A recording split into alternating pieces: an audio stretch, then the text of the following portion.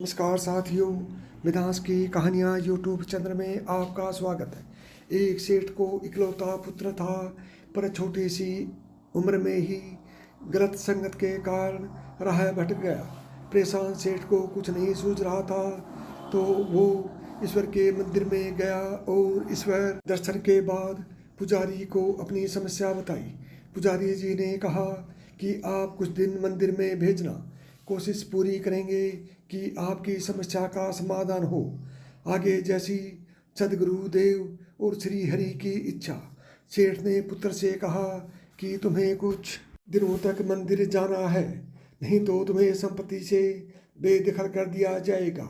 घर से मंदिर की दूरी ज़्यादा थी और सेठ उसे किराए के गिनती के पैसे देते थे। अब वो एक तरह से बंदिश में आ गया कि वहाँ एक वृद्ध बैठा रहता था और एक अजीब सा दर्द उसके चेहरे पर था। और रोज वो बालक उस वृद्ध को देखता और एक दिन मंदिर के वहाँ बैठे उस वृद्ध को देखा तो उसे मस्ती सूझी और वो वृद्ध के पास जाकर हंसने लगा।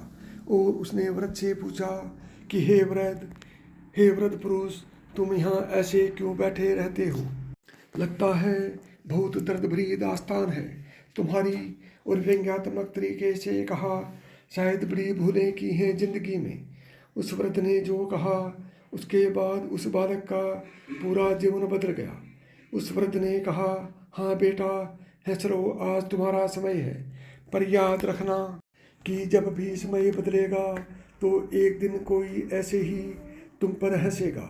सुनो बेटा, मैं भी खूब दौड़ा, मेरे 4 बेटे हैं और उन्हें ज़िंदगी में इस लायक बनाया कि आज वो बहुत ऊंचाई पर हैं।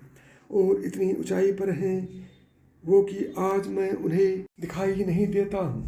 और मेरी सबसे बड़ी भूल ये रही कि मैंने अपने बारे में कुछ भी न सोचा। अपने इन अंतिम दिनों के लिए कुछ धन अपने लिए बचा कर न रखा, इसलिए आज मैं एक पराधीन का जीवन जी रहा हूँ। पर मुझे तो अब इस मुरलीधर ने संभाल लिया कि यहाँ तो पराधीन हुआ हूँ, कहीं आगे जाकर पराधीन न हो जाऊँ। बालक को उन शब्दों ने झकझोर कर रख दिया। बालक, मैंने जो अपराध किया है उसके लिए मुझे क्षमा चाहता हूँ। हे देव, आपने कहा कि आगे जाकर पराधीन न हो रहूँ, ये मेरी कुछ समझ में न आया। वृद्ध ने कहा, हे वत्स, यदि तुम्हारी जानने की इच्छा है तो बिल्कुल सावधान होकर सुनना। अनंत यात्रा का एक पड़ाव मात्र है। ये मानव देह और पराधीनता से बड़ा कोई अभिशाप नहीं है और आत्मनिर्भर से बड़ा कोई वरदान नहीं है। अभिशाप की जिंदगी से मुक्ति पाने के लिए कुछ न कुछ जरूर करते रहना।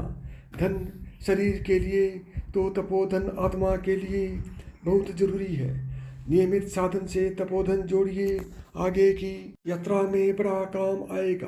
क्योंकि जब तुम्हारा अंतिम समय आएगा, यदि देह का अंतिम समय है तो धन बड़ा सहायक होगा, और देह समाप्त हो जाएगी तो फिर आगे की यात्रा शुरू हो जाएगी और वहाँ तपोधन बड़ा काम आएगा। और हाँ, एक बात इस तरह से याद रखना कि धन तो केवल यहाँ काम आएगा, पर तपोधन यहाँ भी काम आएगा और वहाँ भी काम आएगा। और यदि तुम पराधीन हो गए तो तुम्हारा साथ देने वाला कोई न होगा। उसके बाद उस बालक का पूरा जीवन बदल गया। इसलिए नियमित साधना से तपोधन इकट्ठा करो। साथियों, इस कहानी से हमें सीख मिलती है कि हमें धन के साथ साथ तपोधन भी कमाना चाहिए। तपोधन अब भी काम आएगा और मरणोपरांत भी काम आएगा। नमस्कार साथियों, जय श्री कृष्ण।